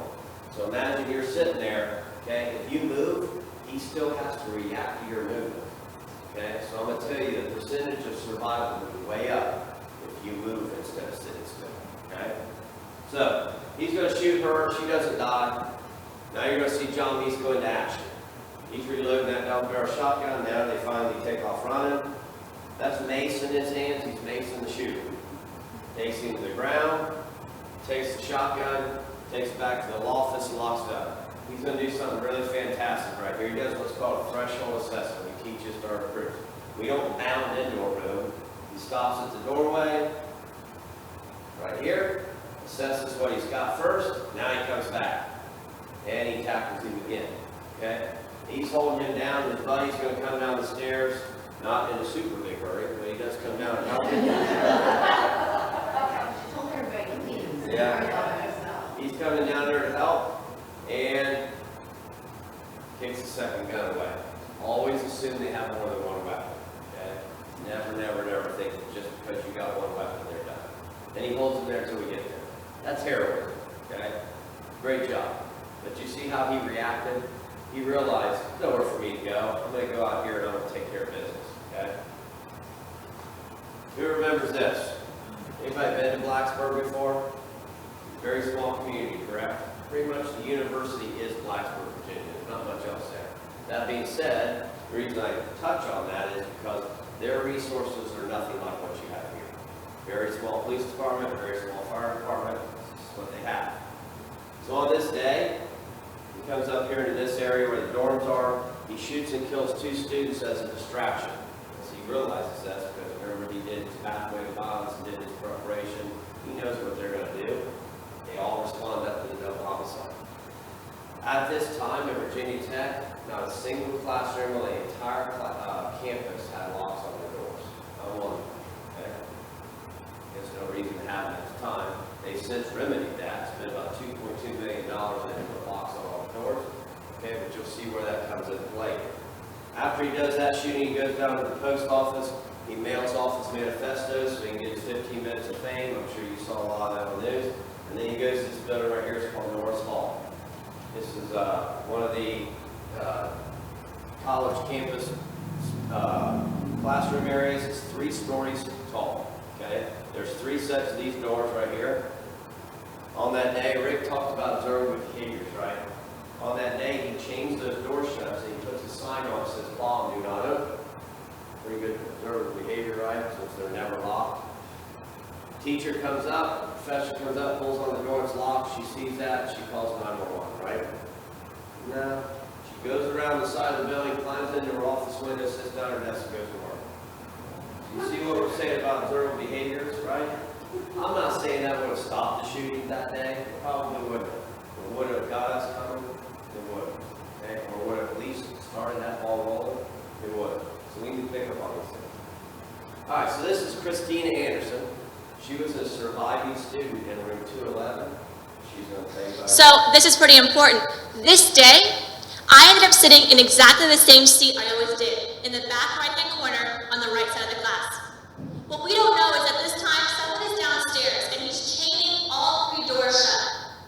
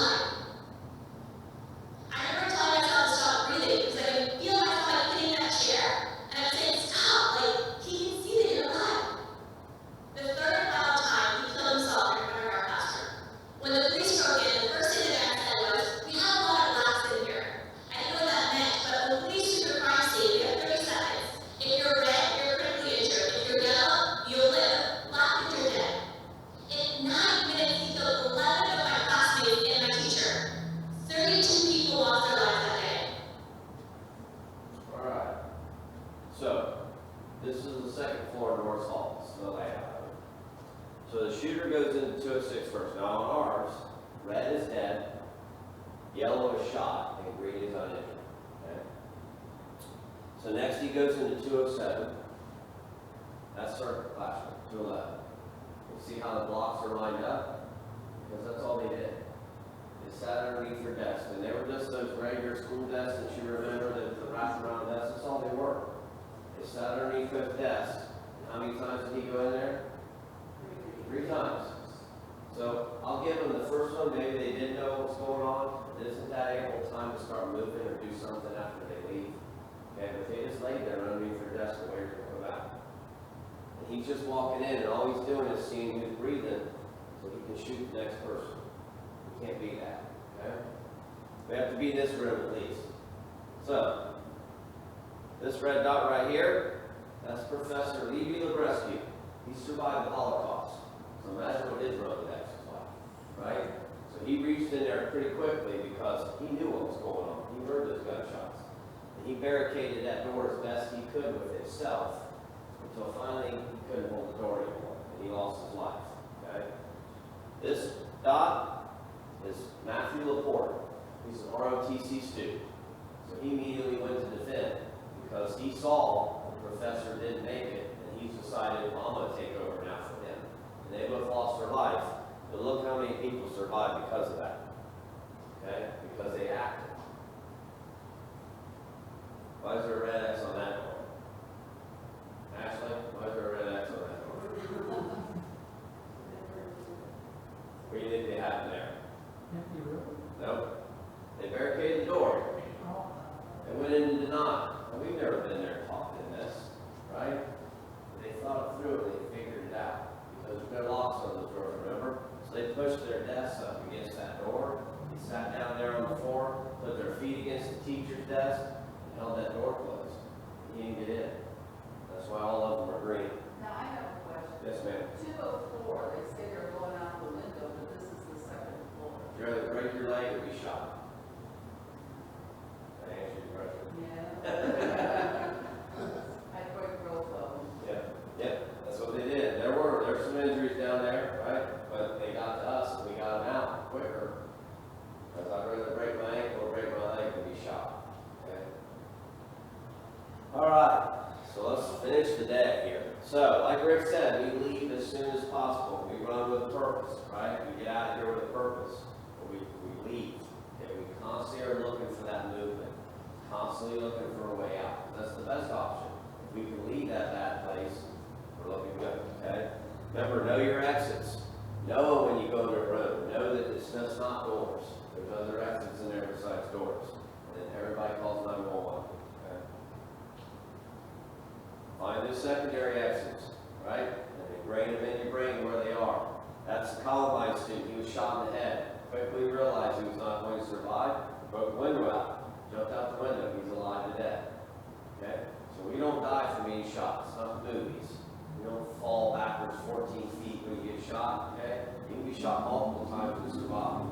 It's blood loss. That's how we die. Okay? So we need to know that. We need to keep fighting. How do we break windows? Where do we hit them? Where do we hit a window to break it? Nope, the center's not right, believe it or not. Glass is actually made flex. We hit one corner.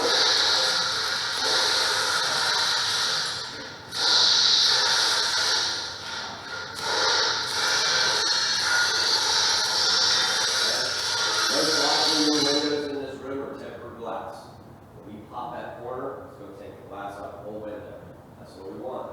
It's quicker, okay? Glass is, believe it or not, made flex. That's why 70-story buildings can have glass in them, because those buildings do sway. People don't think they do, but they do. That's what keeps those windows from popping, okay? So hit them in the corners. That's a little excessive on the lock, right? I mean, unless you have a door like that, it's pretty awesome. But that's what we want to do. Rick touched on it earlier, right? We've never read a case where they have breached a locked door. Are we going to tell you that's 100%? We're not. Okay, we're not. But locking the door works. We put that lights out, hard corners. That's what we teach our teachers with our little ones, right? We said, we're going to talk about what hard corner is. We set them on hard corner because they deny and they stay because of the hard to hurt about 30 little ones, right? Keep them safe. So we lock them down, okay? But you see at the end, they're locking the door. It's never the end game. You're still always looking for that next way out. We're always still looking to move, okay? That's Marysville High School when they had their actual lockdown. Will that stop you from getting in? No. Maybe not, but it'll certainly slow you down or maybe deter him from coming in there. Gives us time to do something different, okay? These are some aftermarket products. I'll caution you before I even talk about them, make sure they meet your fire code, okay? You don't ever want to have something bad happen because of that. These are aftermarket products, they work. These especially work very well. There's all different brands and kinds of them. You'd be surprised. I don't know that Rick and I could even bust those doors open with those. They're pretty tough. Just remember when you do things like this, that you practice them. If you go and buy this aftermarket product today, and you throw it in pastor's desk, and you don't ever touch it again, then 5 years later something happens, and then you go to find that thing, and we're going to talk about those fine motor skills. Next thing you know, you're standing by that doorway trying to get that in. He's coming, right? We need to practice. We need to ingrain that in our mind, that mental scripting, so that we're ready to go. Okay? And do just some other examples to show you. All right, let's talk about the fit. Everybody in here can do that. So let's talk about the hard corner. If the screen is my doorway, this is my hard corner. Okay? And the reason we call it that is because it's hard for him to see me. Right? They see the whole room, but he can't see me from here. That's why it's a hard corner. Okay? Now, when a gunman works these, again, we'll say always, but most of the time they move much like you see in the movies. They move like this. Okay? And we call that flagging. And that's a good thing for you if you have to go and defend, because if I'm the gunman and I'm coming in here, what's the first thing you're going to see? A gun, right? Because we want you to take that gun, just like you see her on there. Now, if this is the hard corner you're on and you're working, I want everybody else back here behind you. Remember Rick said we're going to swarm the suspect. So whoever decides they're going to be the person that's going to be the first offender, everybody else lines up behind him because we're going to swarm that suspect and we're going to take him on. Okay? The reason we want you to grab the gun is this. Very rarely do we see revolvers anymore. Okay? We see guns like this because these are higher capacity ammo. They're easier to reload. Okay? Because you can reload them faster. That's good for us because we can make these break. These can break. We call them going out battery. Okay? And we jam them. So for those of you that don't know how a gun works, this is how this gun works. That striker comes up, hits that round, the bullet, that's the bullet part, goes out, and then it kicks this shell case down. See how that slide on the top is functioning? It has to function that way every time, or the gun's not going to work anymore. Kicks that next round up, and it's ready to go. That's the action we're going to stop. Okay? And we're going to make it do what's called a double feed, and then it jams the gun. Now, here's the part that you have to understand. When you grab that gun, right, is that first round going to go off? 100% is going to go off. Okay? So that if you saw in that last slide that we showed, that's why she's pushing it against the wall, or to the floor, somewhere away from you when you grab that gun, so that way that round goes away from you. And then the rest of your buddies pile on with you, you take them to the ground, you hold them down until we come. We never relinquish that gun again. We hold on to that gun. Okay? So just to show you it works, Rick and I went to the range. This is how it works. First round goes off. We stop that action from working properly. See the rounds in there double feed, and it jams that gun. That's what the gun looks like when it's out of battery. Now, can we fix that? Yeah, we can. That's why we never let them have it back. Okay? It's actually a pretty easy fix. It's called tap and rack.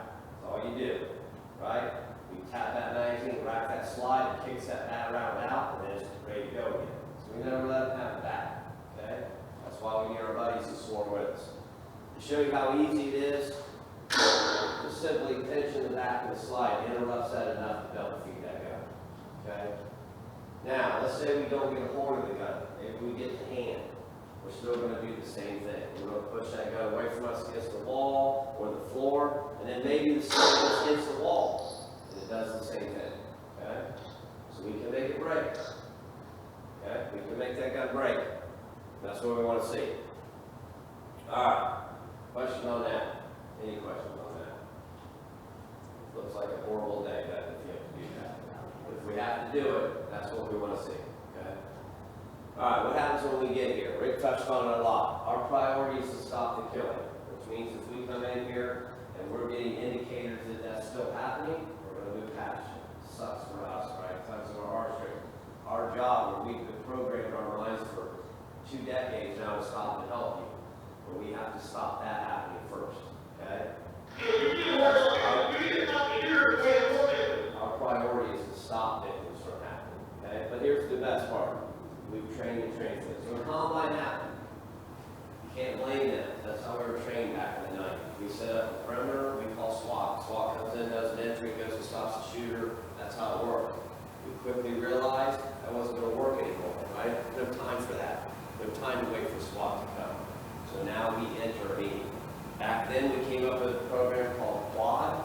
We waited for 4 guys to get here. We went in a little diamond-shaped pattern. Then we all sat down and said, wait a minute, we're still waiting, right? So now, if this were happening today and Rick and I showed up, we're going in by ourselves. This is how it works. If I show up and Rick's not there and I get on the radio and say, hey, where are you? And he said, man, I'm still 2 minutes out. I'm going in by myself. Okay, that's how we move faster. Okay, but here's the best part. As I move through this building and I start making these rooms warm, I'm getting on the radio. And I'm saying, hey, the lobby out front, the shooter's not here, I'm moving forward, I'm moving towards wherever. And then a search team's coming in behind me. They're going to start searching behind me. And right behind them, as they make that room cold, is what we call rescue task force. That's 2 medics and 2 officers. They're coming in and start treating patients. Okay, they're coming in and start treating victims. And that means maybe putting a tourniquet on and then moving past to the next person. We're going to get in there pretty fast. Okay? So, that's very important. That's why Rick talked about that a lot. The faster we can move through this building, the faster we can get to that shooter, stop that, the faster I get rescue task force in here and get people out. Okay, so that's very important that you follow what we tell you to do, because we're trying to move you somewhere so we can move forward. Get training, okay? Pastor, it's usually free, especially if you have a big group of people. Red Cross, CFD, a lot of times they'll come in and teach you this stuff, okay? Stop the bleed is very important. First aid kits in here, hacking gauze, triangle bandages, and tourniquets. We use what's called CAT-T, C-A-T-T, 40, 50 bucks. Don't buy junk, because they're junk. So once again, practice with them. Get one out, unwrap it. You can actually put a tourniquet on yourself, okay? Practice them, because if this were real, you don't have time to pull the instructions out because you're amped up, your mind's not working completely clear, right? We want that to be second nature. Practice. Practice putting it on, okay? How many have seen the movie Rambo? Right, remember the guy in the woods? He says, hey, every 15 minutes unloosen that tourniquet. It's not real. That's not how that works. Okay? Once you stop that bleeding, that's what we want them to do, is stop the bleeding. Leave that stopped. Okay? Just leave that tourniquet on. Once you get to a trauma surgeon, they'll take it off. Okay? All right. Just like Rick said, that's the last 3 words you need to know this: avoid, deny, defend. And we'll use them however they, remember, it's not linear, right? We use whatever we have to do at the time. Questions? How often do you suggest doing a refresher training? So, unless something drastic changes in the training, you don't really do a refresher unless you get a whole nother big group of people that have had it. So you guys can kind of based on where you want to be. Some businesses are required yearly to do refreshers, so we'll go out and hit them with a quick 1 hour refresher training. As long as you feel comfortable with the people that have it, you're good. It makes a big, It's an impact. it's an impact today. It'll be an impact for probably a good 7 months. Yes. But Like some anything. first aid training, if I don't use it. They're perishable skills. They are. Yeah. Yep. Yeah, so like St. Patrick's Church downtown, we laugh about it. This is a guy, the security guy that left there, a guy named Bobby. We laugh about him all the time because he's just so into it. But he made it mandatory for his church to do it 4 times a year. Because, yeah. So he's hitting lots of parishioners. Some can make it, some can't. So he's always got it on the schedule. And then they do drills in the church. You know, it was hard for Catholics to run past the altar. You know, like we had to have the priest tell them, it's okay to do that. You know, it's okay to run past the altar or run past the fonts without, you know, there's a lot of like religious things that you had to teach the people that to get it moving. So he made it mandatory for them to do it 4 times a year. I got an email from him yesterday. We're going to I got a text message from him yesterday. It's We want to schedule everything Saturdays. for 2023. But every time we go, we see a lot of new faces because there's new parishioners, or there's some that just want to go through it again, see the class. We make it a shorter 1-hour version. We come in and do some more drills. And that's it. So they're perishable skills, like you said. And it's unfortunate that we have to do it, but here's a real-time stat. The last time students died in a fire was 1955. Yet we do fire drills all the time. But we never do active shooter drills. That's why schools are mandated to do 3 active shooter drills a year. So it's just, we have to evolve to what is relevant at the time. So it'd be based on what the pastor would want and the parents would want.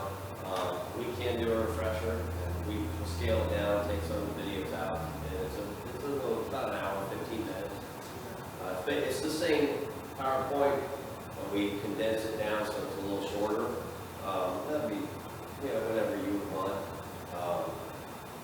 Bobby isn't that, but he does a great job. Yeah.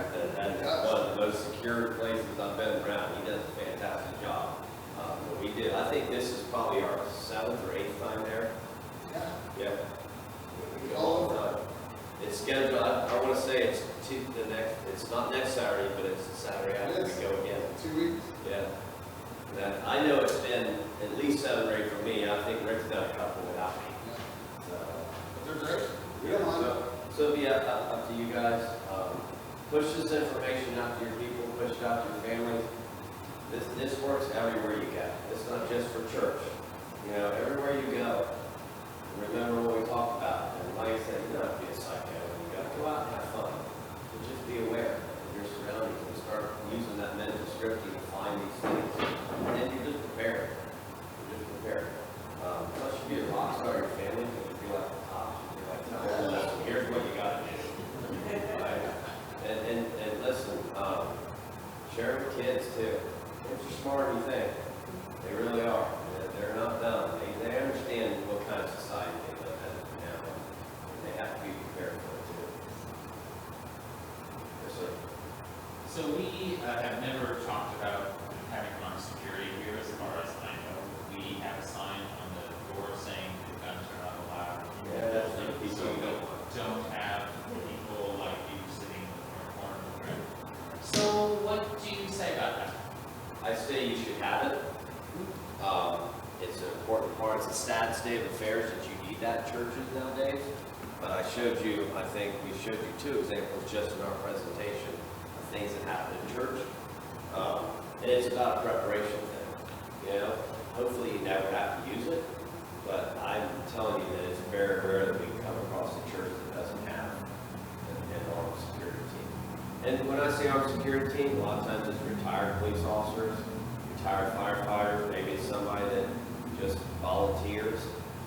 They train. Matter of fact, we just, I got a thing, Rick sent me a thing, got me looking over, it was a plan for a church that they have a team. He wrote out a big, huge plan. They have to sign a waiver, and I reviewed it. I took some things out that I would like to add in there, and then they'll train. And we go up several times. We have a PowerPoint where we can do I call it like the what if. We'll sit down with that team and we'll say, okay, we do like a timeline slide. It's 8:15 in the morning, and whatever happens, and then we turn to them and say, all right, what'd you do? We tabletop it, and so we have have that too. Rather than not have it. So it's up to you, and, you know, armed or not armed, it's up to you. I think, do you have like a security team or people that kind of like monitor the doors? Yeah, we have ushers who, yeah, they're who monitor, walk around in the space, but, We had people that 2 weeks ago were out trying car doors, and we got there, Yeah. just walking out. Yeah, I mean, so, obviously it's a financial thing, you can't always you can hire special duty for your parking lot, you know, or whatever that, you know, then some churches do that, instead they'll have homeless police, will come out on whatever day that your parking lot's packed, and they work special duty out there, and that's their job, to deter that. But it's very rare that we run into a church that doesn't have some form of a security team now. So, and it's because churches are open arm, right? We welcome people to come in, but you still have to be careful and watch what you welcome in, right? So it's not a bad thing for you to be leery of someone, even though you're supposed to welcome everyone. You can still be cautious of people too, that you don't know.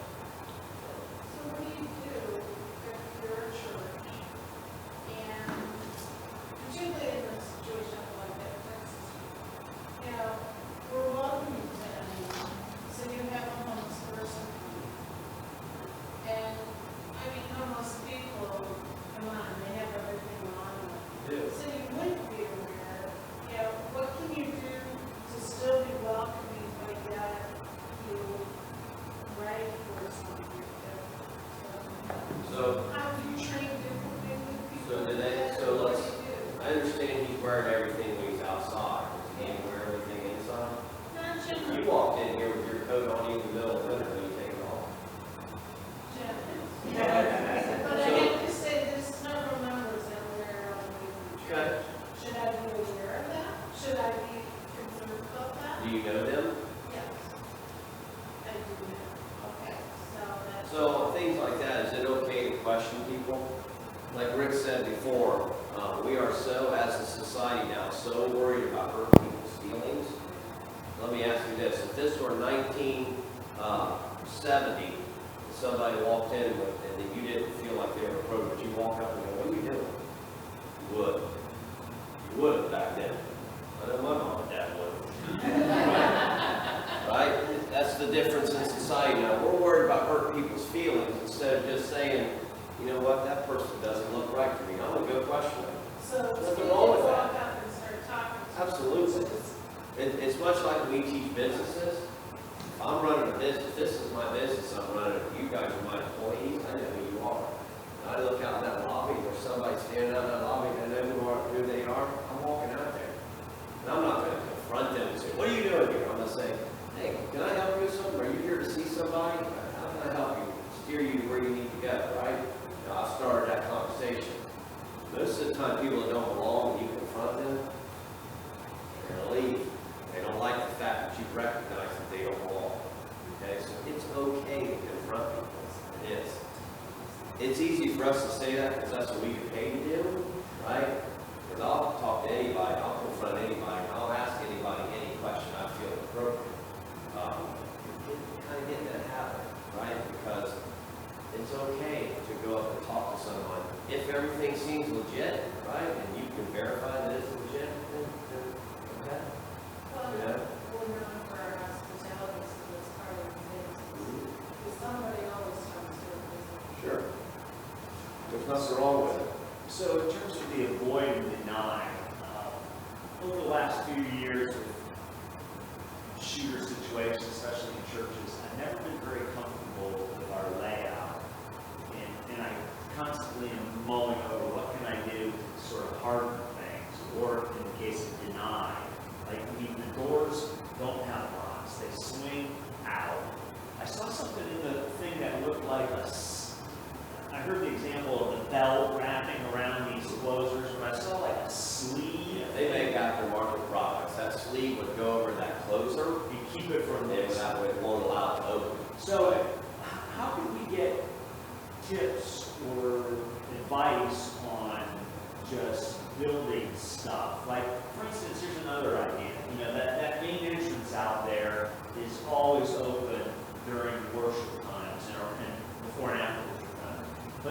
rest of the building is locked, I'm wondering if it's smarter to have the head usher lock that door during worship when everybody is here. That's a lot of churches do. Absolutely. That's what they do at St. Pat's. At St. Patrick's, they lock all the doors. Once all the parishioners are in, they lock the doors. I mean, not that people can't gain entry, there's somebody there at the door, probably, Correct. to kind of keep That's it what I on. was just gonna say. Then the usher stays there.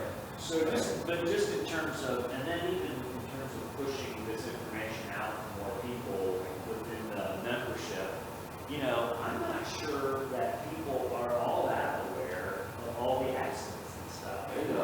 I mean, like, do people know, I mean, obviously when you're in this room, there's an exit there, there's an exit there, which is kind of uncomfortable because they're both very close and they're directly opposite each other. If there was one up there, I'd feel a lot better. Yeah. But even getting out of the building, there's an exit right around the corner there, but there's another one toward the parking lot. I mean, I always wonder if exit education is a smart idea. Sure. I think following this up. Are there companies that advise on building security or? There are. Like physical security. Yeah, and just like where you might need to enhance your locks or. We do that. Oh, We okay. do that. We can do a threat assessment for you on your building. If you're locking all your doors, it's fantastic. I would suggest you lock that door and have someone out there. So someone's late, Still someone there to let them in. Right. But that having that usher also gives you another set of eyes on these people, right, as they walk in. And they can, I'm assuming most of your ushers are probably more of your people that know most of the people, right? Yeah. You don't get an usher's job around here, right, willy-nilly. So they're able to sit there, they're able to at least recognize, like, I know him, I know her, what that guy's do. They can keep an eye on him. And there's nothing wrong with that, right? Nothing wrong with that. Nothing wrong with it piquing your interest to keep an eye on that person. Maybe it ends up being somebody that's fantastic, right? They're a new parishioner starting. Maybe they're not. You don't know them yet. Nothing wrong with keeping an eye on that person. It's not. And let's not lose sight of the fact that being a Christian can change somebody's life, right? I mean, it can change your life, especially a homeless person. This is what they may need to get back on their feet and have this kind of community. And we don't want to look at people crazy all the time, okay? I know plenty of people that have overcome addiction or alcoholism or homelessness, that this is where they came, right? And that's huge that we're able to do that for those people. And let's never lose sight of the fact that there's people out there that will take advantage of that. And so there's a fine line between the two. But having ushers monitor those people, and maybe they turn the corner, they start getting right, it's a good thing. But we're going to keep an eye on them in that process. It's important to know that.